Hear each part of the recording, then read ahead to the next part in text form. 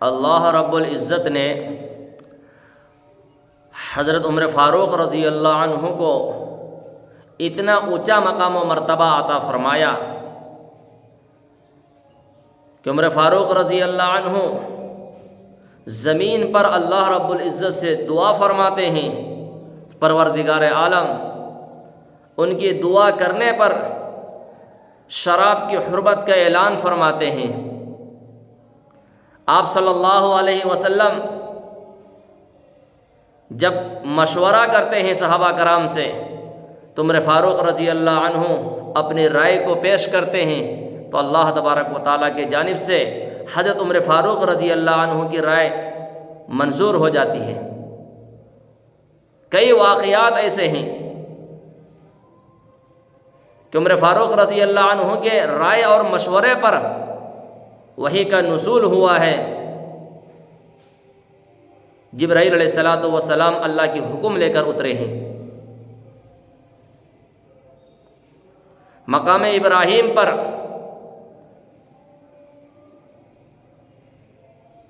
طواف سے فراغت کے بعد مقام ابراہیم پر جو 2 رکعت نماز پڑھی جاتی ہے، جو واجب الطواف، طواف کے 2 رکعت واجب نماز ہے، طواف سے فراغت کے بعد آپ صلی اللہ علیہ وسلم صحابہ کرام سے مشورہ کرتے ہیں کہ طواف کی 2 رکعت واجب نماز کہاں پر ادا کرے، کس جگہ پر ادا کرے۔ عمر فاروق رضی اللہ عنہ مشورہ دیتے ہیں، یا رسول اللہ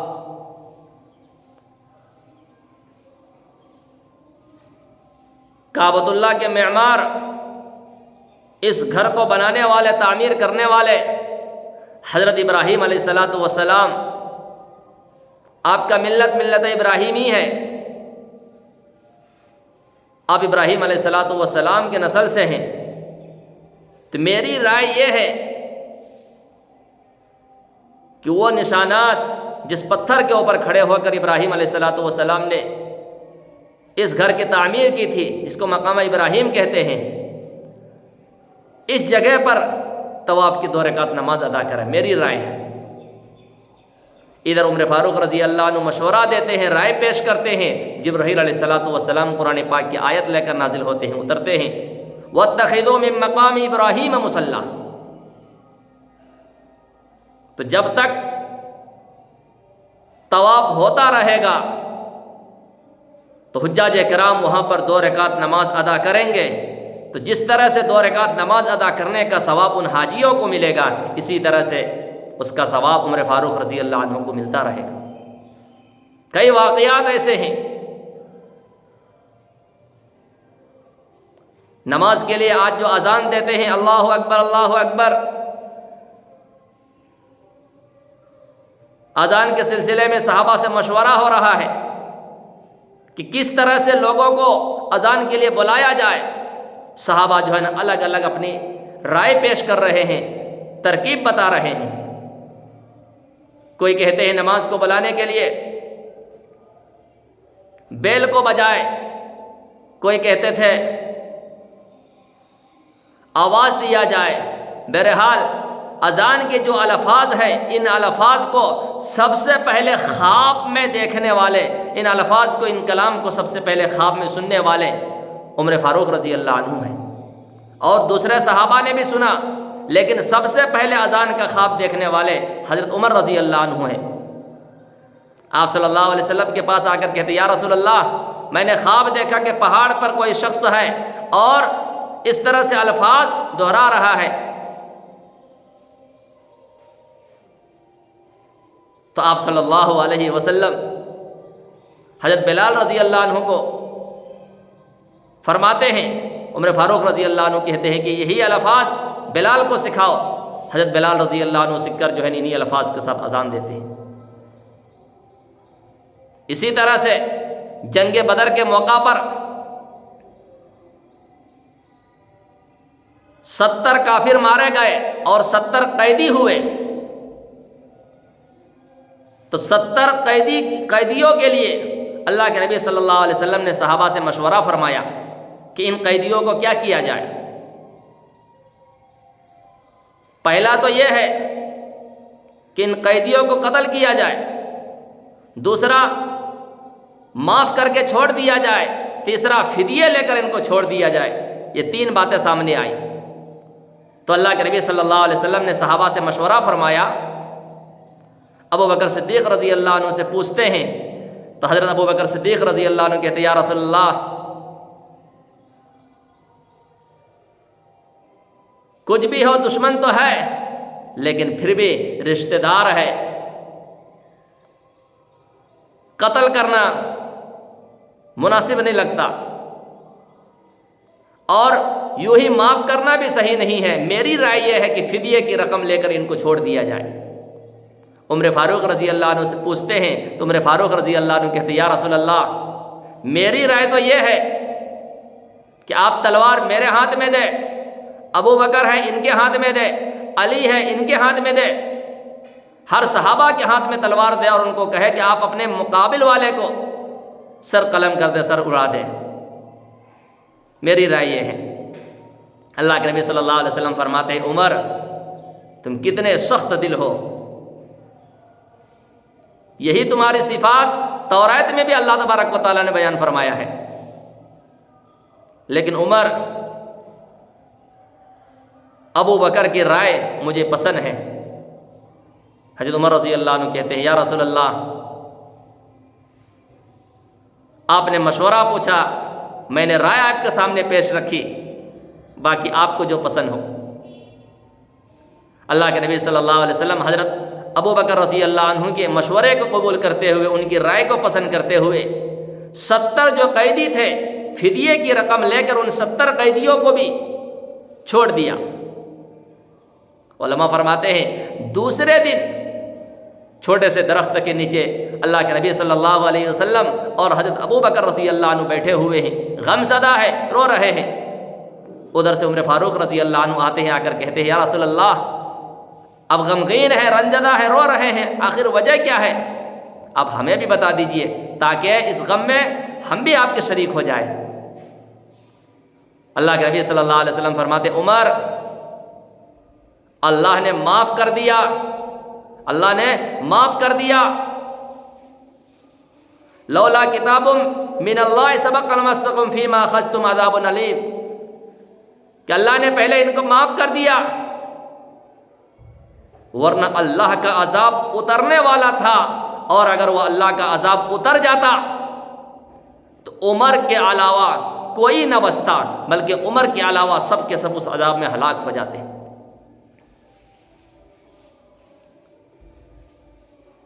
قرآن پاک کی آیات اتری ما کان لنبی ان یکون له اسری حتی یسکن فی الارض تریدون عرض الدنیا،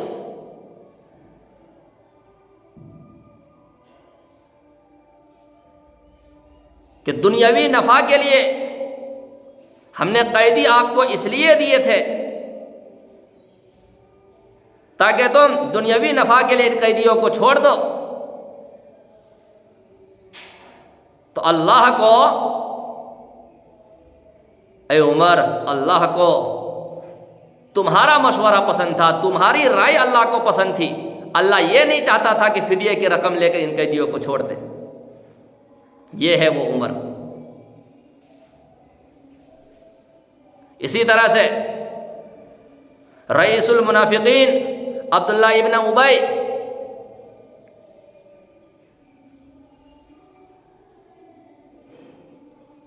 جس سے اسلام کو بڑا نقصان پہنچا، ان کے انتقال کا وقت ہے، باپ تو منافق ہے، منافقوں کے سردار ہے، رئیس ہے، لیکن ان کا بیٹا سچا پکا مسلمان ہے۔ انتقال ہوا، بیٹا اللہ کے نبی صلی اللہ علیہ وسلم کے پاس آتے ہیں اور آ کر کہتے ہیں یا رسول اللہ، آپ چل کر میرے والد کا جنازے کی نماز پڑھا دیں اور آپ چادر دے دیں تاکہ میں اپنے والد کے لیے کفن بنا لوں۔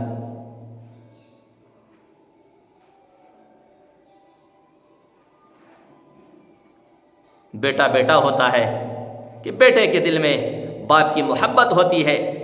بیٹے نے یہ سوچا کہ اگر اللہ کے نبی نماز جنازہ پڑھائیں گے تو اللہ کے نبی کی نماز جنازہ پڑھانے کی وجہ سے اللہ میرے باپ کو معاف کر دے گا، میرے باپ کی مغفرت ہو جائے گی، اللہ کے نبی کی چادر ان کے جسم سے لگے گا، اللہ معاف کر دے گا، میرے والد کی مغفرت ہو جائے گا۔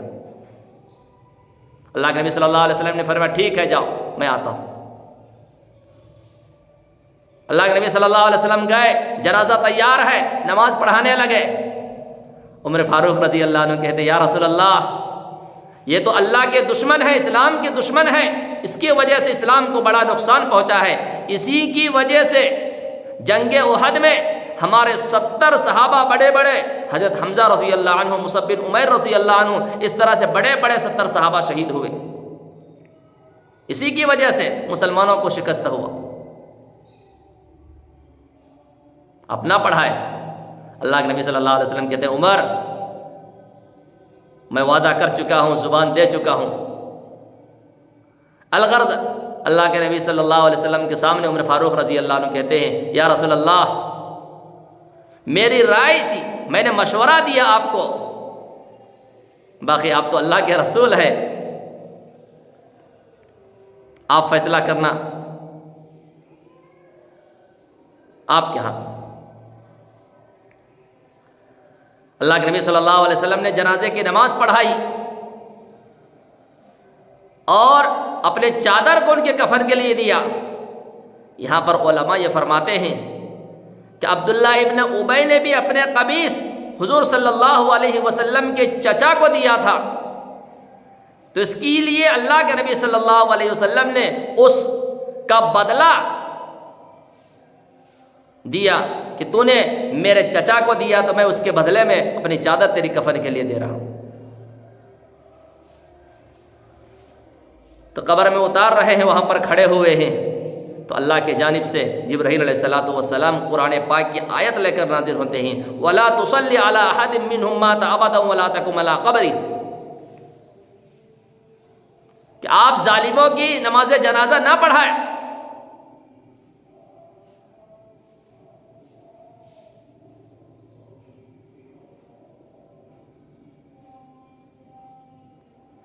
تو حضرت جبرائیل علیہ الصلوۃ والسلام جو ہے نا اللہ کے حکم کو لے کر آ گئے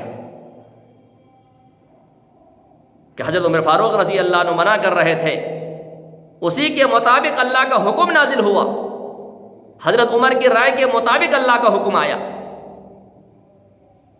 جنگ احد میں 70 صحابہ جب شہید ہوئے، مسلمانوں کو شکست ہوا، تو ابو سفیان جو اس وقت تک مسلمان نہیں ہوئے تھے، بعد میں مسلمان ہوئے فتح مکہ کے بعد،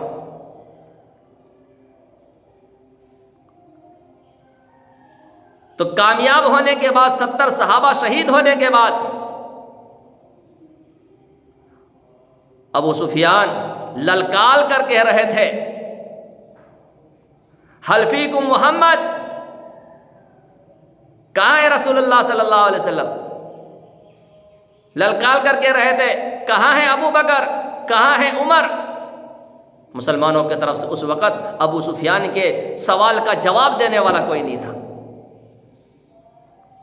حضرت عمر رضی اللہ عنہ اللہ کے نبی صلی اللہ علیہ وسلم سے کہتے ہیں یا رسول اللہ ابو سفیان ادھر للکال کر پکار رہے ہیں، کہہ رہے ہیں، آپ اجازت دے تو میں اس کا جواب دوں۔ ابو سفیان ادھر سے کہہ رہے ہیں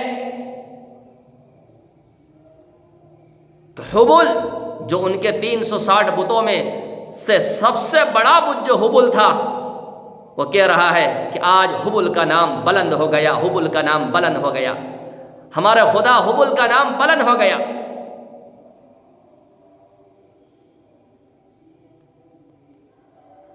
اللہ کے نبی صلی اللہ علیہ وسلم اجازت دیتے ہیں عمر جواب دو۔ کھڑے ہو کر عمر فاروق رضی اللہ عنہ جواب دیتے ہیں اللہ عز وجل، اللہ عز وجل۔ پھر ابو سفیان ادھر سے کہتے ہیں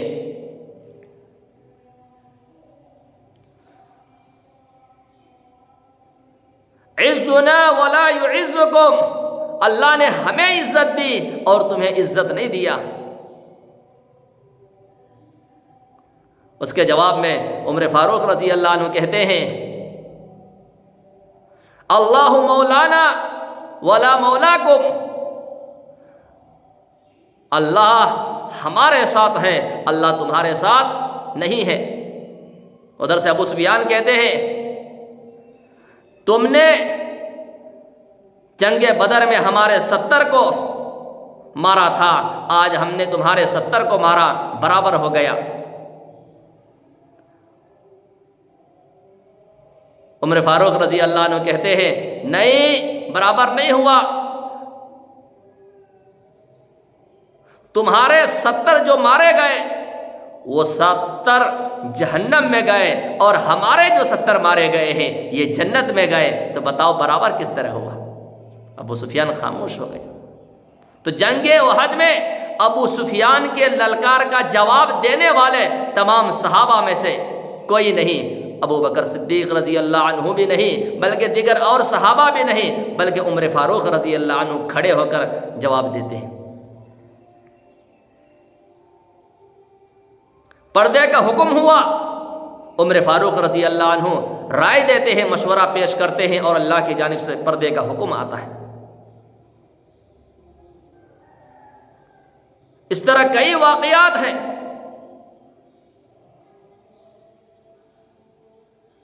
امی جان عائشہ صدیقہ رضی اللہ عنہا پر جب الزام لگایا گیا، تہمت لگایا گیا،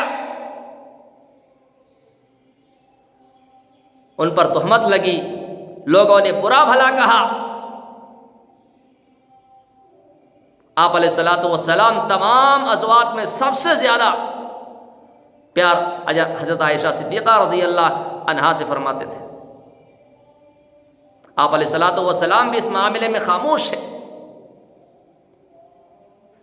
امی جان عائشہ صدیقہ رضی اللہ عنہا اجازت لے کر اللہ کے نبی صلی اللہ علیہ وسلم کے گھر سے اپنے والدین کے گھر چلی آتی ہے، 1 مہینے وہاں پر رہتی ہے۔ اللہ کے نبی صلی اللہ علیہ وسلم اس بارے میں حضرت علی سے مشورہ کرتے ہیں کہ اے علی، اس بارے میں تمہاری کیا رائے ہے، تم کیا کہتے ہو؟ حضرت علی رضی اللہ عنہ کہتے ہیں میری رائے یہ ہے، جو باندی ہے، جو کنیز ہے، ان کو بلا کر پوچھا جائے، تحقیق کیا جائے۔ اسی لیے علماء فرماتے ہیں کہ حضرت علی سے امی جان عائشہ صدیقہ رضی اللہ عنہ ناراض تھی کہ میرا بیٹا ہو کر مجھے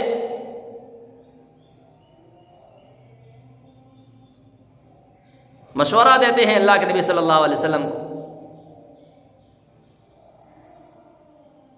کنیز سے، باندی سے پوچھتے ہیں حضرت علی سختی کے ساتھ۔ کنیز کہتی ہے واللہ بالکل پاک ہے، واللہ بالکل صاف ہے، اس میں کوئی کمی نہیں ہے، کوئی گنجائش نہیں۔ آخرکار اللہ کے نبی صلی اللہ علیہ وسلم حضرت عمر کو پہچانتے ہیں، حضرت عمر کو جانتے ہیں کہ ان کی مشورے پر اللہ کا حکم ہوتا ہے، ان کی رائے پر وحی کا نزول ہوتے ہیں، اللہ کا اعلان آتا ہے۔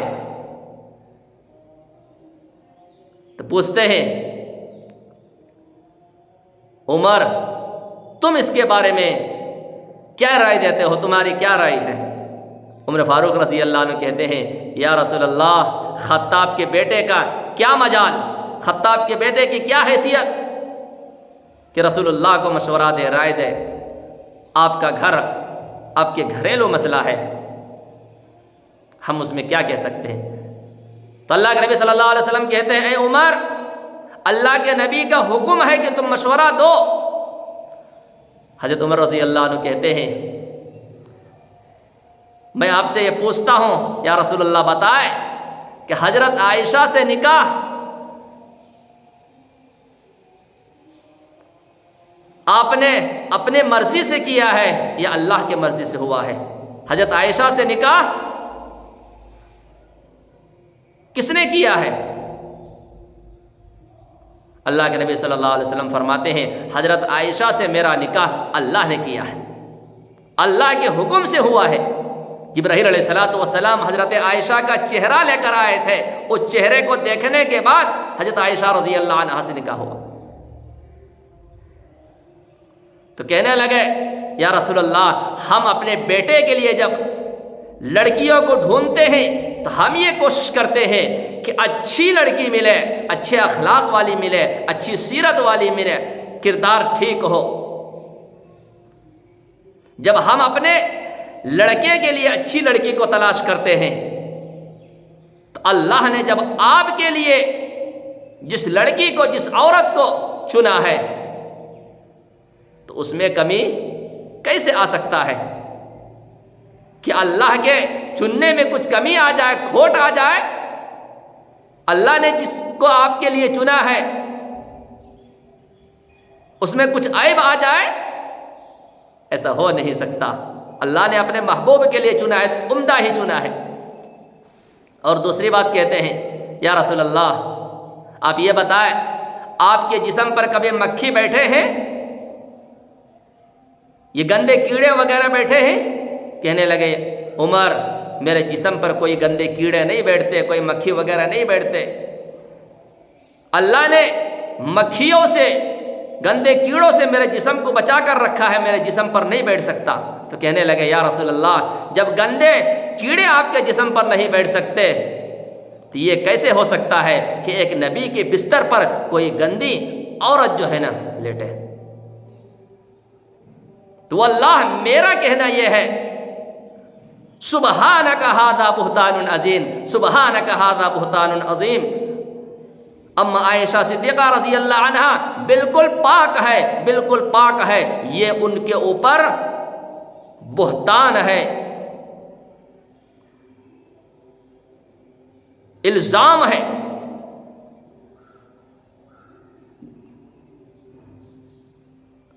یہ مشورہ دینے کے بعد آپ صلی اللہ علیہ وسلم حضرت ابو بکر صدیق رضی اللہ عنہ کے گھر تشریف لے جاتے ہیں، وہاں پر بستر پر بیٹھتے ہیں۔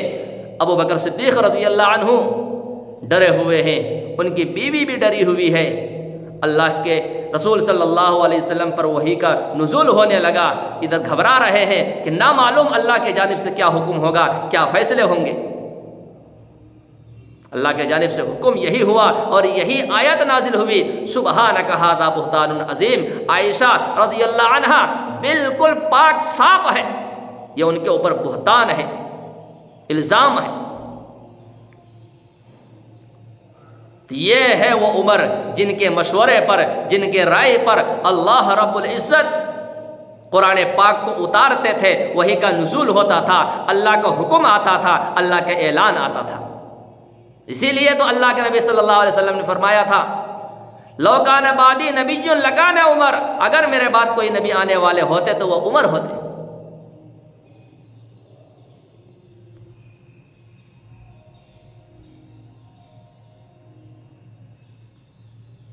حضرت ابو بکر صدیق رضی اللہ عنہ نے آپ کی شخصیت کی وجہ سے، آپ کے مقام و مرتبہ کی وجہ سے، ابو بکر صدیق رضی اللہ عنہ خلیفہ ہے، اور خلیفہ کو یہ حکم ہوتا ہے کہ وہ اپنے آنے والے کو طے کرے کہ کون امیر بنے، کون خلیفہ بنے۔ تو حضرت ابو بکر صدیق رضی اللہ عنہ نے حضرت عمر فاروق رضی اللہ عنہ کو خود سے خلیفہ بنایا، امیر بنایا، امیر المؤمنین بنایا، صحابہ سے مشورہ لیے بغیر۔